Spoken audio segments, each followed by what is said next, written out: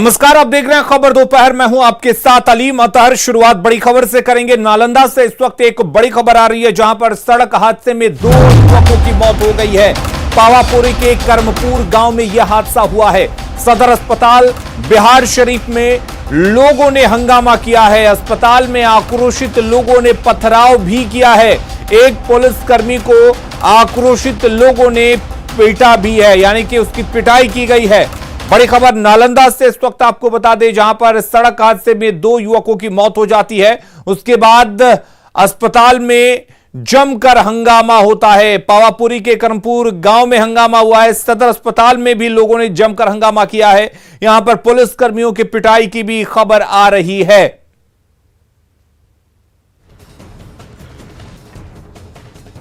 और अभिषेक हमारे साथ जुड़े हुए हैं। अभिषेक, आखिर यह हादसा कैसे हुआ और हादसे के बाद हंगामा किस बात को लेकर बरपा है?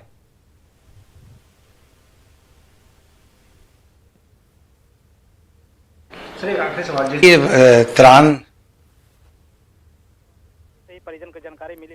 अभिषेक, आखिर यह हादसा कैसे हुआ और हादसे के बाद हंगामा क्यों?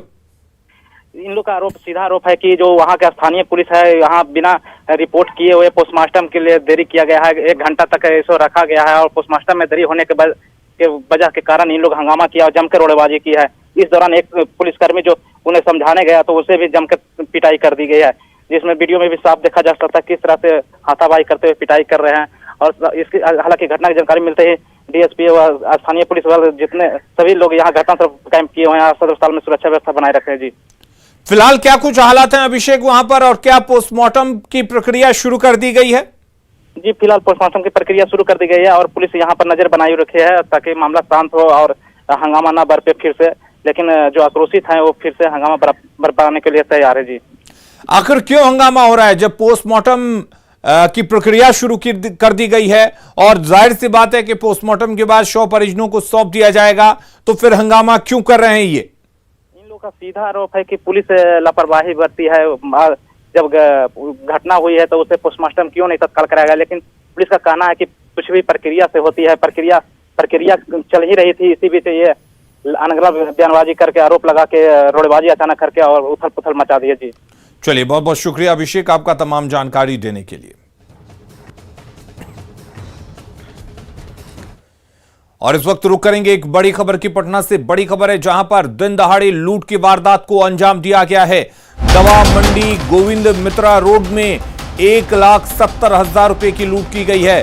भाग रहे अपराधियों को लोगों ने पकड़ लिया है और पीट कर अधमरा कर दिया। पिरबहोर थाना क्षेत्र की यह घटना है, जहां पर अपराधी दिन दहाड़े लूट की घटना को अंजाम देते हैं। हालांकि लोगों ने सतर्कता बरतते हुए पकड़ लिया अपराधियों को और उसके बाद उनकी जमकर पिटाई की गई है।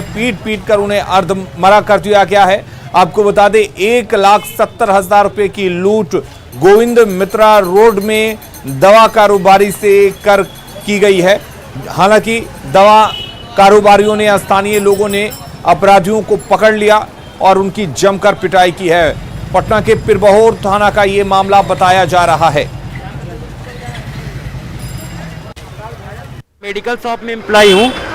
क्या हुई थी घटना? क्या क्या हुई? घटना ये हुई थी कि वो जो श्याम फार्मा के मालिक है अशोक जी, वो आए, दुकान खोले, अपना बैग रखे। उसके बाद 2 लड़का आया जो एक पिस्तौल लिए हुए था, दोनों पिस्तौल लिए हुए था। जो एक पिस्तौल से मारा सर पे, यहाँ पे। उसके बाद उनका बैग छीना और एक इधर भागा और एक इधर भागा। जो इधर भागा वो पकड़ा गया। उसको पकड़ाने के बाद लाया गया इधर, मारा गया उसको, वो बैग दे दिया। उसके बाद 2-3 पुलिस आए, बहुत लेट के बाद पुलिस आए। 1 घंटा के बाद पुलिस को कॉल लगाया जाता, लेकिन कोई रिस्पांस नहीं मिला। उसके बाद 1 घंटा बाद पुलिस आई, उसके बाद उसको ले गई और पुलिस ले गई। तो उसके बाद वो पुलिस अब यहाँ ड्यूटी पर आपको कोई जानकारी नहीं है? आपको जानकारी नहीं है क्या जो हुआ? जानकारी आप ड्यूटी पर बात नहीं कर रहे हैं, जानकारी चाह रहे हैं हम आपसे, प्रतिक्रिया नहीं ले रहे हैं। आप क्या घटना हुई है ये तो बताएंगे। आपकी ड्यूटी है यहाँ पर, यहाँ लूट की घटना कैसे हो गई? आपको पता नहीं कि लूट की घटना हुई है यहाँ पर?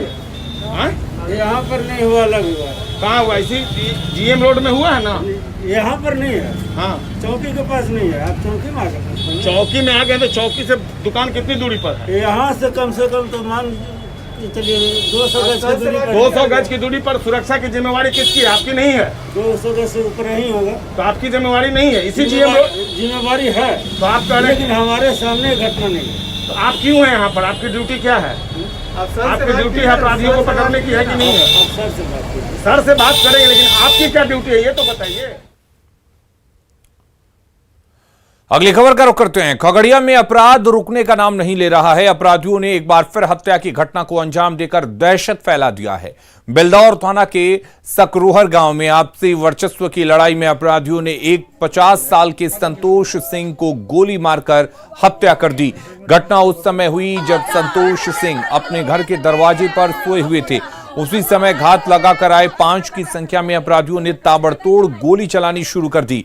गोली लगने से जख्मी हालत में संतोष सिंह को इलाज के लिए सहरसा भेजा गया, लेकिन इलाज के दौरान मौत हो गई।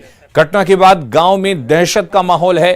घटना की सूचना मिलने के बाद पुलिस गांव में कैंप कर रही है। आपको बताते चलें कि इससे पहले गांव में एक महिला की भी हत्या हुई थी, जिसमें अपराधियों रामू का नाम सामने आया था और बताया जा रहा है कि संतोष सिंह भी पहले रामू के साथ रहा करता था। उस समय महिला के परिवार वालों ने पुलिस से सुरक्षा की मांग की थी, जिसके बाद पुलिस गांव में कैंप भी कर रही थी, लेकिन दोनों पक्षों में विवाद कम नहीं हुआ। आरोप है कि इसी विवाद में संतोष सिंह की गोली मारकर हत्या कर दी गई है। पुलिस ने दावा किया है कि हत्या में जो भी दोषी होंगे उन्हें जल्द से जल्द गिरफ्तार किया जाएगा। गाड़ी आ रहा था वहाँ से की कहे अथी से रिजर्व से बराती से लौटा। मेरा वही की कहे 4 गो कैंप वाला जो पुलिस था वही रोकवा करके गाड़ी के शीशा पूरा खोलवा करके सब चेक किया। उसका तो नियम तो नहीं कहता उसका कैंप वाला के जिसके हाथ कैंप है उसका सुरक्षा रखिए। वो आदमी कहीं निकल रहा है उसका ना दिखिएगा कि उसको आप सेफ रख लिए हैं, उसके मेरे इधर मर्डर करवा दिए हैं। संतोष सिंह पिता नारायण सिंह अपने घर के दरवाजे पर चौकी पर लेटे हुए थे। उसी समय अपराधी आके उनके सर में गोली मार दिए, जिससे वो गंभीर रूप से जख्मी हो गए। इलाज के दौरान उनकी मृत्यु हो चुकी है। कितनी गोली लगी है सर? 4 से 5 गोली। तो पोस्टमार्टम रिपोर्ट आने के बाद स्पष्ट होगा। मुजफ्फरपुर के एसकेएमसीएच में एक बच्चे की मौत एईएस से हो गई। शिवहर निवासी रंजीत कुमार ने अपने 4 साल के बेटे को रविवार को यहां एडमिट कराया था, लेकिन इलाज के दौरान उसकी मौत हो गई। एसकेएमसीएच में अभी तक 26 बच्चों में एईएस की पुष्टि हुई है, जिसमें से अब तक 5 बच्चों की मौत हो चुकी है। अस्पताल के उपाधीक्षक के मुताबिक तापमान और ह्यूमिडिटी की वजह से बच्चे बीमार हो रहे हैं।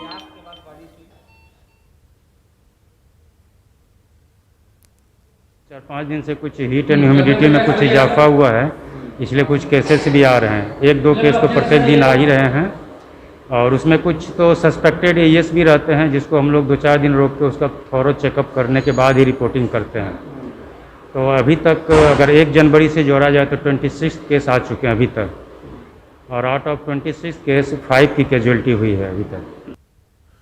बिहार में 8 जून के बाद लॉकडाउन खत्म हो सकता है। खबर यह है कि डीएम को अब अधिकार दिया जाएगा, जो अपने स्तर पर सख्ती बरतेंगे। डीएम को अपने स्तर पर इलाके में धारा 144 लगाने का अधिकार होगा। हालांकि शादी समारोह में पूरी तरह से छूट नहीं होगी। यह संभव है कि पहले से ज्यादा लोग इसमें शामिल हो पाएंगे। अनलॉक के बाद भी कोरोना गाइडलाइंस का पूरी तरह से पालन करना होगा।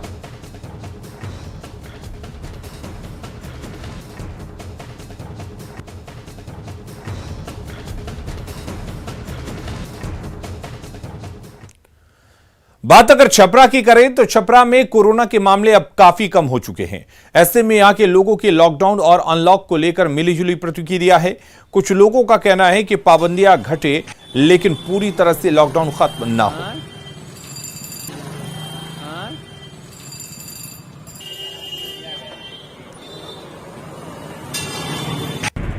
बिहार में कोरोना के मामले तेजी से कम हो रहे हैं और हालात यह है कि छपरा में अब इक्का दुक्का मामले ही सामने आ रहे हैं। ऐसे में उम्मीद जाहिर की जा रही है कि अब ये लॉकडाउन खत्म हो सकता है, क्योंकि दुकानदार और आम लोग काफ़ी परेशान हैं। लेकिन आम लोग क्या सोचते हैं जानने के लिए हम आज पहुंचे साहिबगंज इलाके में, जो कि व्यावसायिक एरिया है, और यहाँ के लोग सबसे ज़्यादा परेशान हुए हैं लॉकडाउन में। देख सकते हैं कि फल की दुकानें, छोटी छोटी दुकानें हैं यहाँ पर, जो लोग अपना ज़िंदगी बसर करते हैं। क्या नाम है आपका? मेरा नाम मोहम्मद अरमान हुआ। बताइए कि लॉकडाउन खत्म करने पर चर्चा चली, होना चाहिए या एकदम होना चाहिए। क्यों होना चाहिए खत्म? इसलिए कि बहुत ज़्यादा अब हम लोग का रिकवरी रेट भी बहुत बढ़िया हो गया है, इसीलिए अब आहिस्ता आहिस्ता ख़त्म करना चाहिए लॉकडाउन को। हाँ, ख़त्म करना चाहिए। क्या लॉकडाउन का क्या अनुभव, खत्म होना चाहिए कि नहीं खत्म? खत्म होना चाहिए सर, खत्म होना चाहिए। क्योंकि धीरे धीरे जो सुधार है तो थोड़ा सरकार को सोचना चाहिए कि थोड़ा राहत दे, खुलना चाहिए। राहत तो दे ही रही है, अब जी, क्या राहत थोड़ा है? खुलना चाहिए दुकान दुकान खुलना चाहिए, जी जिंदगी सामान्य होनी जी चाहिए। जी, क्या ताकि रोजी सबका चल सके। कहते हैं कि लॉकडाउन अब लगभग खत्म होने की बात चर्चा चल रही है, सरकार खत्म भी कर सकती है एक तरह से। क्या आप लोग क्या चाहते हैं, छपरा के लोग क्या चाहते हैं? हम लोग तो यही चाहेंगे कि लॉकडाउन संपूर्ण रूप से ख़त्म नहीं किया जाए, इसको नियम के साथ जो व्यवसाय दुकान खोलने की अनुमति होती है वो चले। चूँकि अभी कोरोना का संक्रमण दर फिर भी 1% के कम है और फिर से सारे लोग मार्केट में आ जाएंगे और एक दूसरे के नज़दीक रहेंगे तो ये संक्रमण दर बढ़ सकता है। इसलिए वो सिस्टम से ही मार्केट खुलने की अनुमति हो। पूरे की तरह छूट देने की जरूरत नहीं, फुल छूट देने की अनुमति। क्या नाम है आपका? मुकेश कुमार चौधरी। बिल्कुल, मुकेश कुमार आ रहे थे कि अचानक पूरी तरह से छोड़ने की जरूरत नहीं है। जो हालात है, संक्रमण रेट कम जरूर हुआ है लेकिन सतर्कता बरतनी चाहिए और यही कारण है कि लोग मिलीजुली प्रतिक्रिया, दुकानदार चाहते हैं कि पूरी तरह से खुल जाए कि उनकी ज़िंदगी फिर से पटरी पर लौट सके और कुछ लोग ये भी है जो चाहते हैं कि खुले लेकिन कुछ रेस्ट्रिक्शन रहे जिससे कोरोना ना बढ़े। संतोष गुप्ता, न्यूज़ 18, छपरा। कोरोना टीकाकरण में तेजी लाने के लिए सरकार हर प्रयास कर रही है। पहले टीका एक्सप्रेस वाहनों को गांव-गांव भेजा गया, तो अब पटना में 2 टीकाकरण सेंटर, पाटलिपुत्रा स्पोर्ट्स कॉम्प्लेक्स और होटल पाटलिपुत्रा में 24 घंटे टीकाकरण की व्यवस्था की जा रही है। इन दोनों सेंटर्स पर मंगलवार से इसकी शुरुआत हो रही है। दोनों सेंटर पर 3 पालियों में पर्याप्त संख्या में वैक्सीनेशन टीम की प्रतिनियुक्ति की गई है। इसमें doctor, ANM, data entry operator शामिल हैं। इसकी सफलता के बाद आगे अन्य सेंटर का चयन कर यह सुविधा बहाल की जाएगी। 18 से 44 वर्ष की आयु वर्ग के लोग अगर सुबह 9 बजे से शाम 5 बजे के बीच टीका लेना चाहते हैं तो ऑनलाइन स्लॉट की बुकिंग करानी होगी।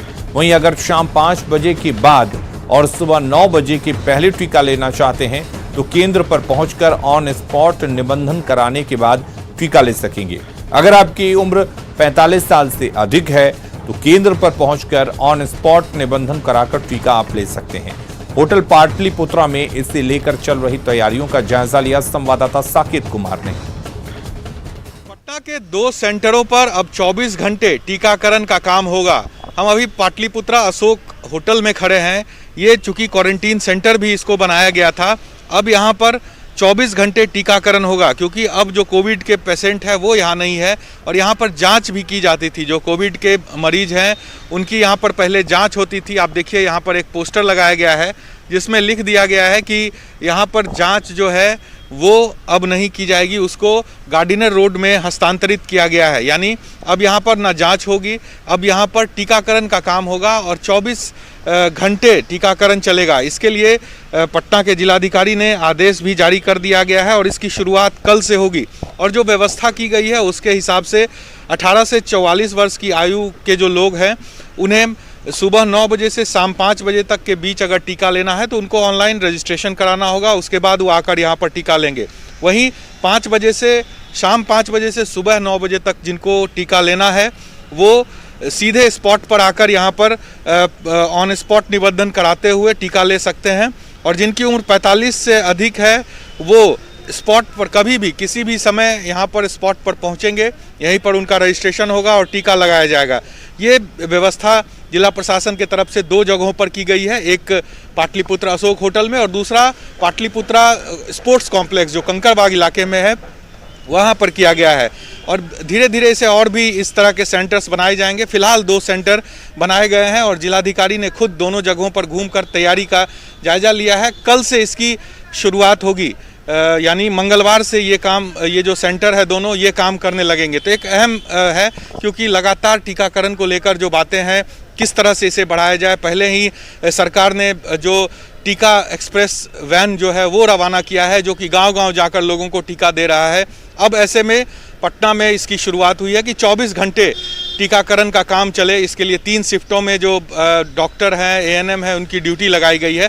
तो निश्चित तौर पर टीकाकरण को लेकर जो अभियान चल रहा है उसमें इस फैसले से तेजी आएगी और इसका लाभ आम लोगों को मिलेगा। कैमरा पर्सन अजय दुबे के साथ Saket Kumar, news 18 Patna. Network 18 federal bank Sanjeevani गाड़ी भारत के कोविड प्रभावित जिलों में जा रही है। वैक्सीन के लिए जागरूकता फैलाने की हमारी इस मुहिम को आप भी अपना सहयोग दीजिए। चलिए आपको दिखाते हैं संजीवनी गाड़ी अब तक कहां कहां गई और आज कहां है।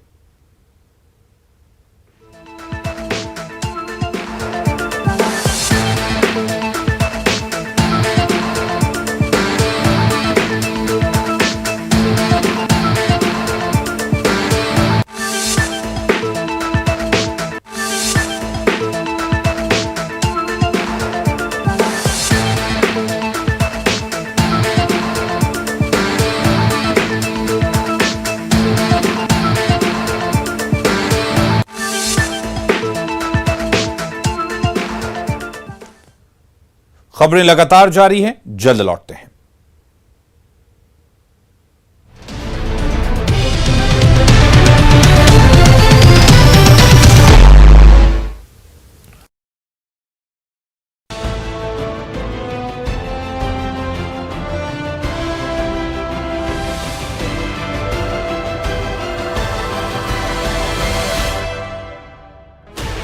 Sixteen channels, 15 languages, 26 states, 1200 plus reporters, 66.9 crore viewers. India's largest news network, News 18 Network.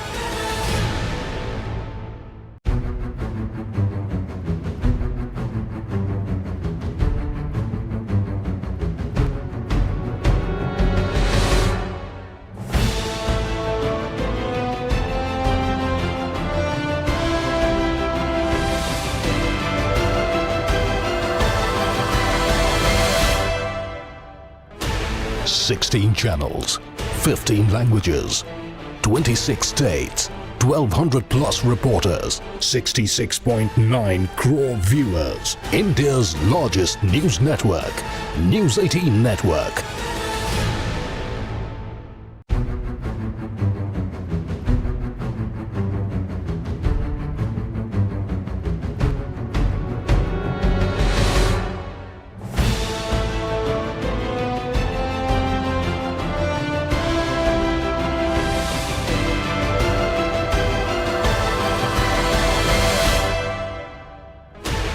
Sixteen channels, 15 languages, 26 states, 1200 plus reporters, 66.9 crore viewers. India's largest news network, News 18 Network.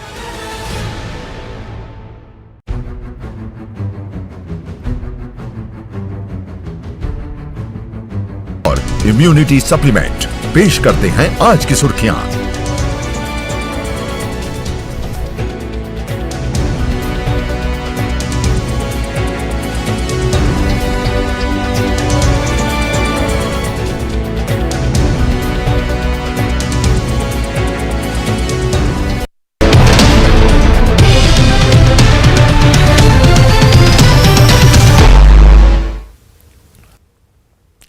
महारानी वेब सीरीज में बिहार के कई कलाकारों ने काम किया है। उन्हीं में से एक कलाकार हैं पटना निवासी आशिक हुसैन।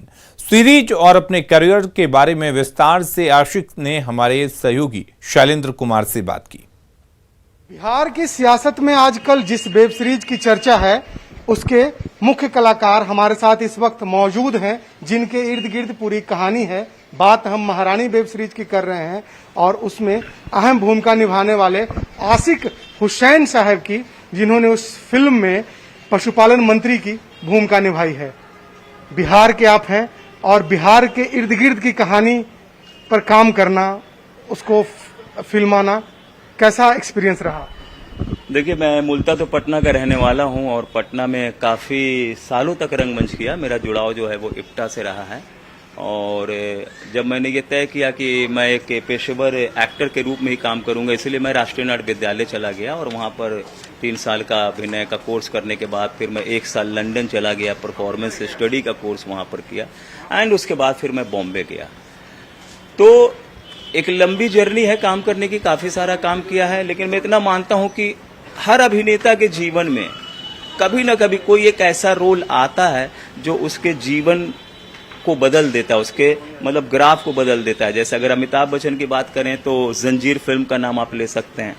तो उसी तरह मेरे जीवन में महारानी ये वेब सीरीज और प्रेम कुमार का ये चरित्र है जो मेरे करियर को बदलने जा रहा है। नहीं मानूंगा क्योंकि ये एक पूरी तरह से कलात्मक कहानी है, लेकिन हाँ रेफरेंसेस आप कहीं ना कहीं से जोड़ सकते हैं। जब भी हम किसी चीज को देखते हैं तो हमारे दिमाग में कुछ छवि आता है, लगता है कि ये उनकी कहानी है। ये अब हर ऑडियंस का अपना एक्सपीरियंस है कि वो कौन सी कहानी को किससे जोड़ करके किस घटना को देख रहा है। इसमें मतलब मुझे तो ऐसी ऐसी घटनाएं जो कहीं ना कहीं से किसी के जीवन से तो मेल नहीं खाती हैं, लेकिन अब चूंकि बिहार की बात हो रही है, उसमें महिला मुख्यमंत्री रानी भारती का जो किरदार है उसकी बात हो रही है, तो उससे लोग उसको जोड़ रहे हैं। तो अब वो देखने वाले पे डिपेंड करता है कि वो किस कहानी को किस तरह से जोड़ रहे हैं। मैं एज एन एक्टर इसको सिंपल एक रानी भारती की कहानी के रूप में देखता हूँ। कैमरा पर्सन सुबोध के साथ शैलेंद्र, न्यूज 18 पटना। मधेपुरा जिला कृषि कार्यालय परिसर की हरियाली किसानों के लिए आकर्षण का केंद्र बनी हुई है। यहां पर जो पौधे लगाए गए हैं उनमें ज्यादातर औषधीय पौधे हैं। अधिकारियों का कहना है कि इससे हरियाली तो मिलती ही है, साथ ही साथ औषधीय पौधों के प्रति किसानों को जागरूक करना भी मकसद है।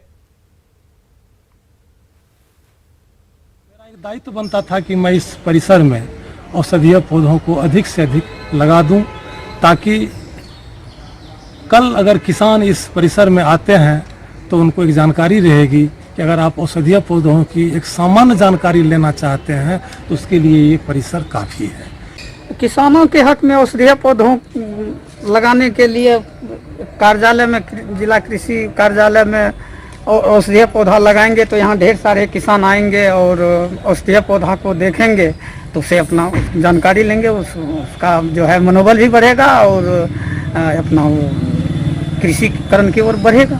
जैसा कि सरकार के द्वारा भी है, वृक्षारोपण अधिक से अधिक करें, पर्यावरण को शुद्ध बनाएं।